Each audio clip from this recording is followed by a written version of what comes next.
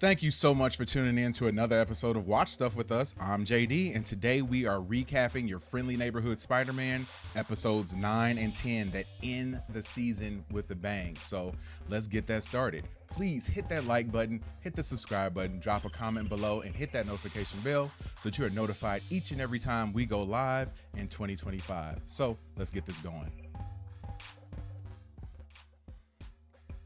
Big shout out to the folks over at Screen Rant for providing this review, and I'll use that as a bit of a jumping off point for my comments. So, yeah, it was a very, very, very good final two episodes for this show.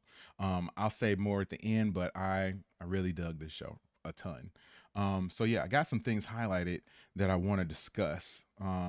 Says at the beginning of Your Friendly Neighborhood Spider-Man, episodes 9 and 10, Norman visits Otto, who's now incarcerated for violating the Sokovia Accords.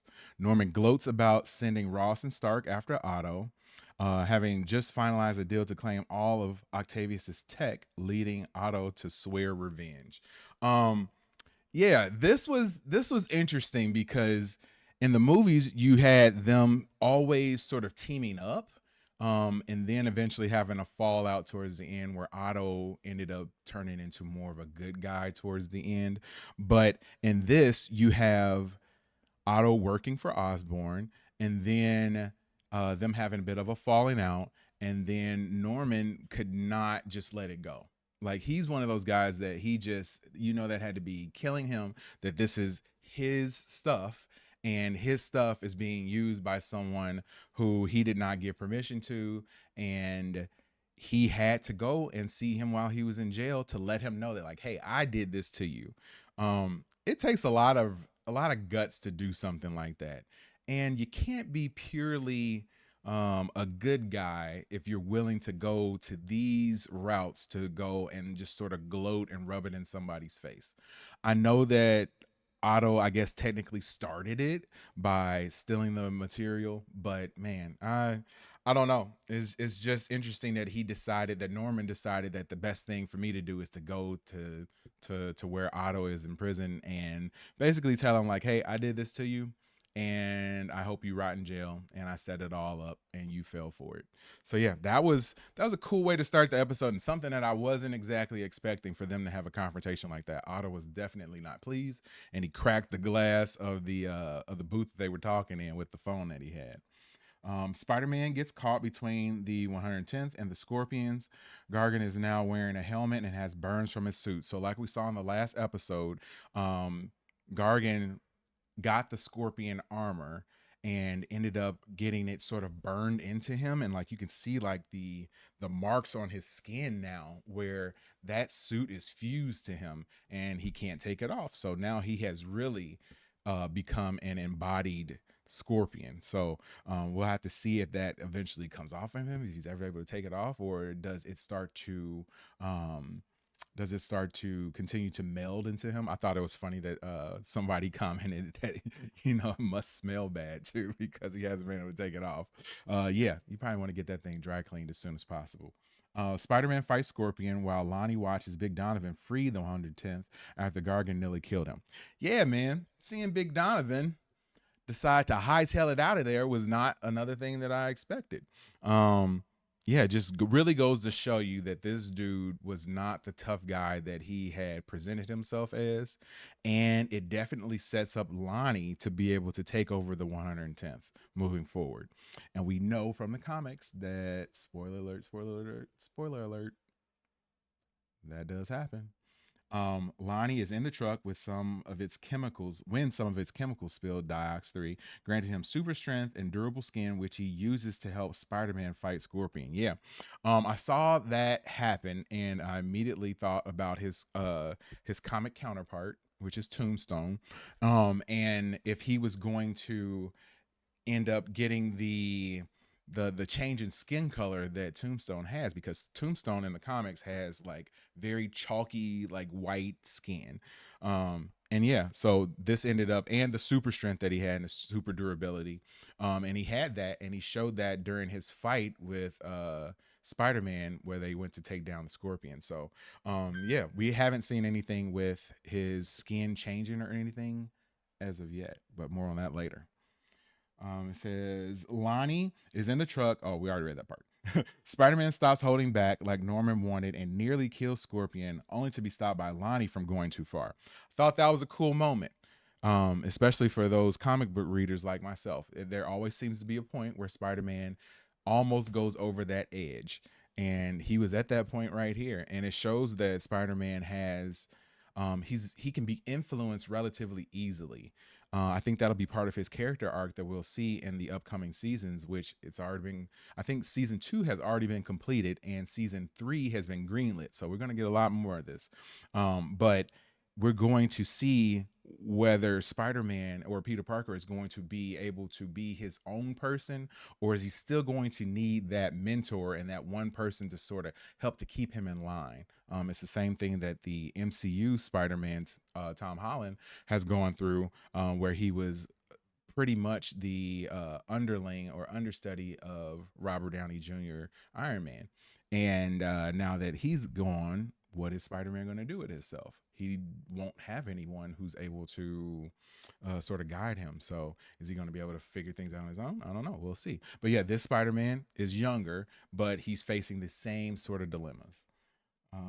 Norman is testing Spider-Man's blood on various animal subjects, the implication being that he wants to create more Spider-Man. Yeah, I think in the actual episode, he said that he wants to create a Spider-Man army. So he is looking to inject that spider blood into as many animals as he can, I guess, to see what happens. And we know that some of the people that he is around and some of the scientists that work with Norman there end up becoming characters that we're familiar with, namely the one doctor that is missing that arm, has the same last name, which is Connors, as the Lizard had in the Spider-Man comic books and movies. So it'll be interesting to see if she ends up turning into Lizard at some point.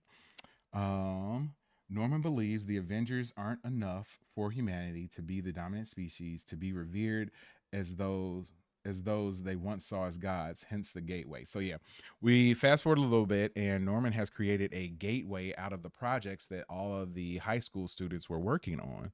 And they did not know that they were working on this, so they just sort of put these things together, and Norman was able to manipulate them to get them to put these things together. And now he's turning them into a gateway to be able um to use faster than light space travel. So he says that he wants to sort of even the playing field, but I don't really know how you even the playing field if you're just using this to travel fast.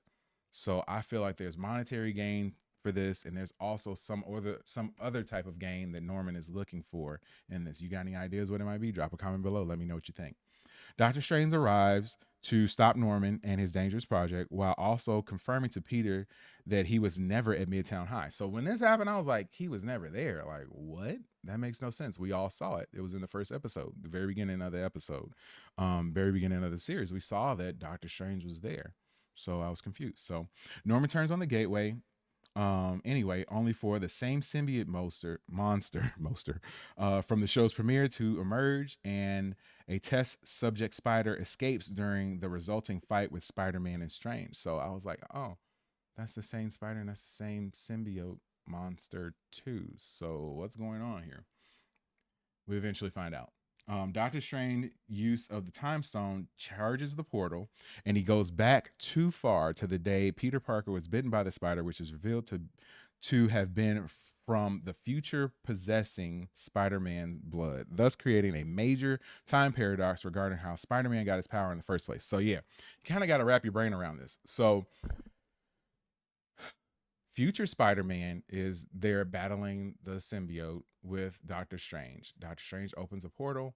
That portal ends up dropping that symbiote through, and the spider that has Spider-Man's blood goes through and bites past Spider-Man, turning him into future Spider-Man. So yeah, super dope, really confusing, but also understandable at the same time. But like really cool. I love when people and shows do time travel that is in depth, but also relatively easy to understand. Like this is definitely a paradox. It's not simple, but you can get it. Sometimes you have time travel, like on a show like Lost, Well, that time travel didn't really make a bunch of sense. So this, I was very happy that this time travel like actually was understandable. I got it. And you know, if I got it, you can get it. And I hope you did. Um, Says although Spider-Man and Strange destroy the gateway, a bit of symbiote sneaks through, later to be found by Norman. So yeah, where's that symbiote gonna go? Is Norman gonna end up using it for himself? Is Norman going to end up collecting it and just saving it, and then eventually Spider-Man's gonna get it, or is he going to fuse it with something else, thus creating some sort of Venom? I don't know. We'll see. Maybe somebody else ends up getting it and they become Venom. So yeah. And interestingly enough, there is a vacant position on the football team for captain that one maybe Eddie Brock might go after at some point in the future. And then later down the line, end up getting that symbiote and becoming Venom. You heard it here second. I saw other people do this, so I'm not like coming up all, with all this on my own. Somebody else did the work and I'm just reparroting it because it's a really good theory. All right, gonna scroll down a little bit more. Lonnie ditches his Letterman jacket and his hands are starting to go gray, an ongoing side effect of the chemicals that gave him his powers. So yeah, we saw him in the car and I immediately noticed his fingers starting to get a little gray and a little chalky. Like I said, Tombstone in those comics had that color. So we see that he's slowly starting to turn that way. I wonder how soon that turning and changing of colors is going to turn into Lonnie, then somehow, some way, twisting his mind to blame Peter for this and to say that this is Peter's fault. Got a feeling that's coming. Mark it down. I made the prediction well in advance that that was going to happen. Nico is shown using her magic amulet to speak with her mom. Yep. So we got a little bit of a taste of what her amulet can do. It has some sort of spiritual connection to other people. So we also saw that it does things to kind of protect her and maybe alert her about things ahead of time. So yeah, it's pretty cool to see Nico is also able to gain some sort of special powers through that amulet. Otto's future as Doc Ock is teased despite still being behind bars. It's a cool scene. Had him standing behind the bars, and you can see that he had been drawing the arms of the octopus, the metallic octopus arms on the wall. So, and he was kind of standing there and it looked like they were just coming out from his back, like we know is eventually going to happen. So that was some great foreshadowing there. I can't imagine how it would feel like if you didn't really know all the history of this and you were just like watching this brand new. Like it would have to be super fun. So like for us who've all seen this and know exactly what's going to happen, it's still fun. So I could only imagine how it'd be for somebody who's like brand new into this and super excited about all of it. And then finally it says Aunt May visits Peter's father, Richard, in prison. I didn't even know Peter had a father. Like, where did this come from? The only thing I knew was Aunt May and Uncle Ben. I never knew anything about his mother or his father. But visits Peter's father, Richard, in prison, while Spider-Man says that he'll figure out whatever comes his way. So that's how we end things. And yeah, seeing his father behind bars was something that I totally was not expecting. I really want to see what involvement he's going to have in Peter's life going forward.